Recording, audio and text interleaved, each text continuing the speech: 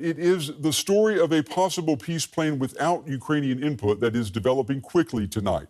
According to a report by the U.S. media outlet Axios, the United States has been secretly working with Russia on a new draft plan to end the war in Ukraine. Now, it suggests the 28-point plan has been inspired by the U.S.-led push for a deal for Gaza.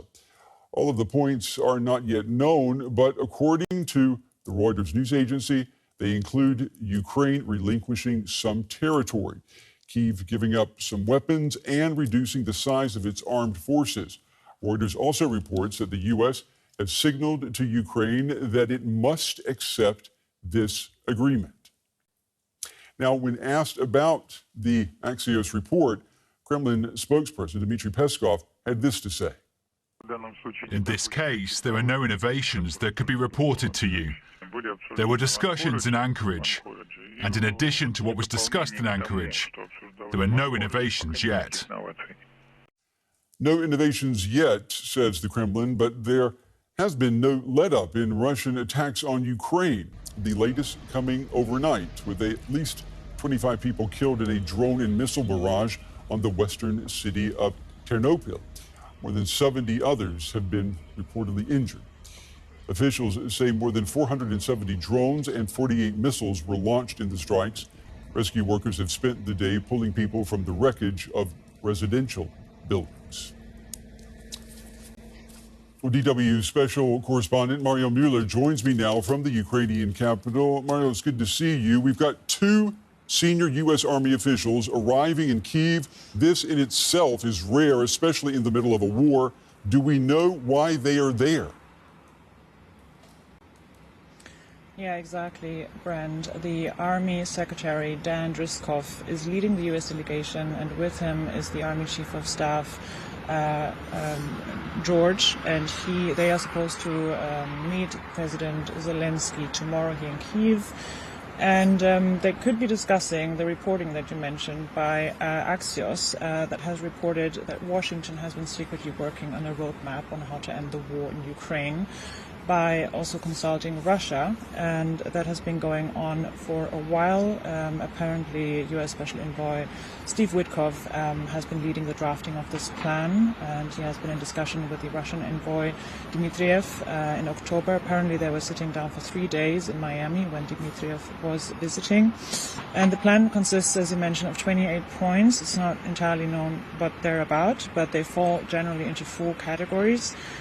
According to Axios again, peace in Ukraine, security guarantees, security in Europe, and future U.S. relations with Ukraine and Russia.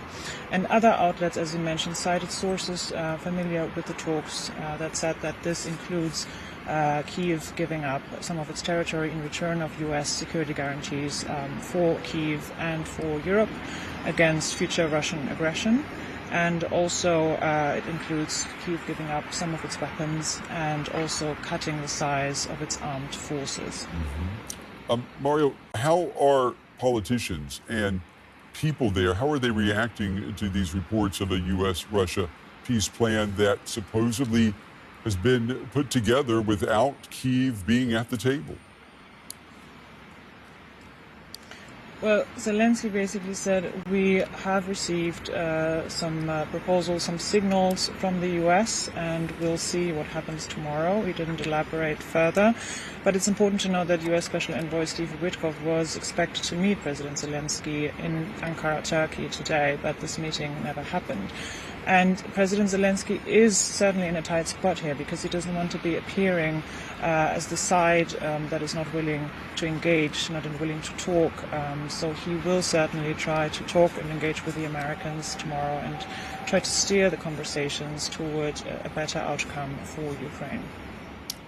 DW Special Correspondent Mario Mueller with the latest from Kyiv tonight. Mario, thank you. Well, our coverage continues now with Alexei Goncharenko. He's a member of the Ukrainian parliament for the opposition European Solidarity Party. Mr. Goncharenko, it's good to have you with us. I want to ask you, are you aware of a peace deal in the works by the U.S. and Russia? Absolutely not. We just hear today there's some information in media, and it sounds for me a little bit like a Russian informational attack and some Russian informational operation. Because what I hear sounds like a surrender, which Ukraine does not deserve. Russia failed to achieve its military goals again this year when they said that during summer offensive they wanted to take the whole Donbas area, and they failed completely.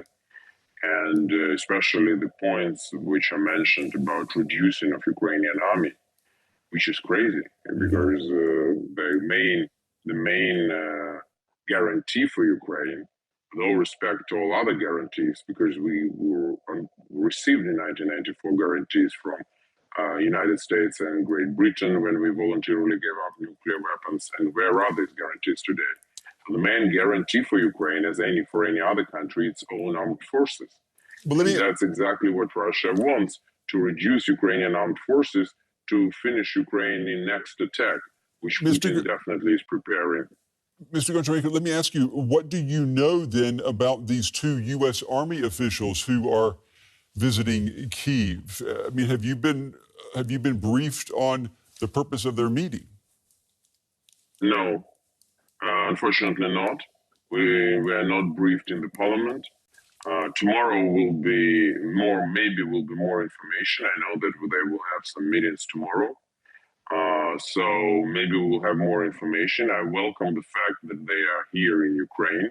It's always good. We need as much cooperation with the United States as possible. But I want to once again say I don't believe that United States will push Ukraine to surrender, because it's not in the interests not of Ukraine, but not of United States too.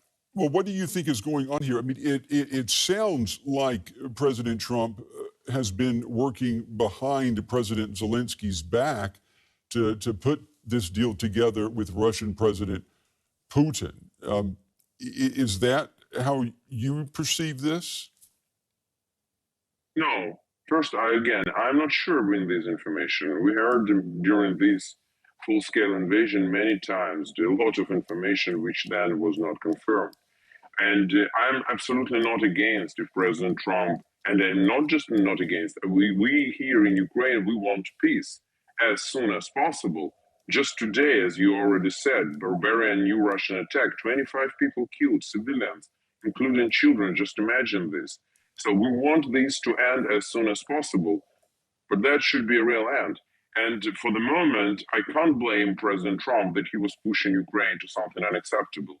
And I hope he will continue to be in the mood to have a real peace, not a ceasefire in Russian interest. So I really want to thank President Trump for his efforts trying to achieve peace, but to achieve peace, this agreement should be in Ukrainian interest too. And I think he realizes this. Well, Mr. Goncharenko, there are reports tonight that say that the U.S. has signaled to President Zelensky that Ukraine must accept this agreement and its main points. Now, if these reports are true, I mean, this sounds like President Trump is giving Zelensky an ultimatum, take this or, deal with the consequences.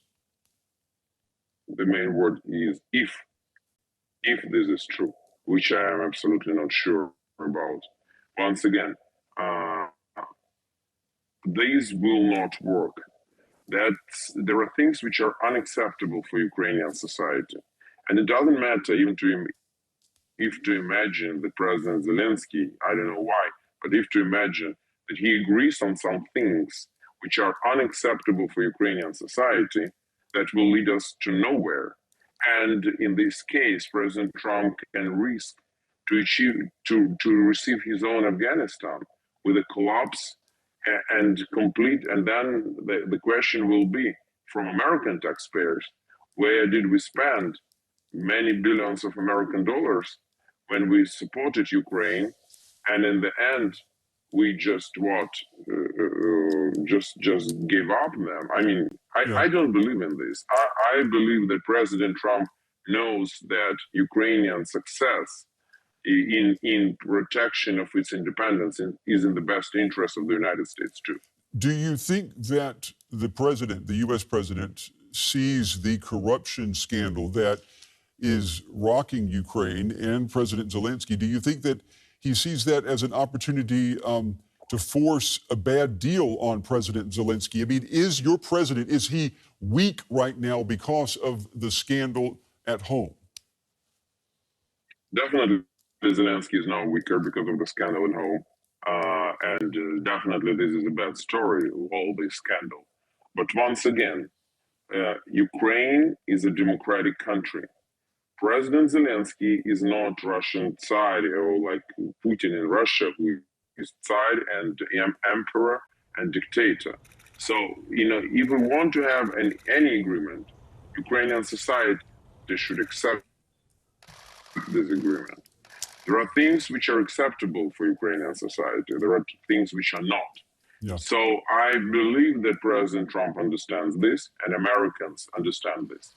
What about if we have a situation where President Zelensky is backed into a corner by President Trump and President Putin? If that does happen, should President Zelensky, should he resign instead of accepting a bad peace deal?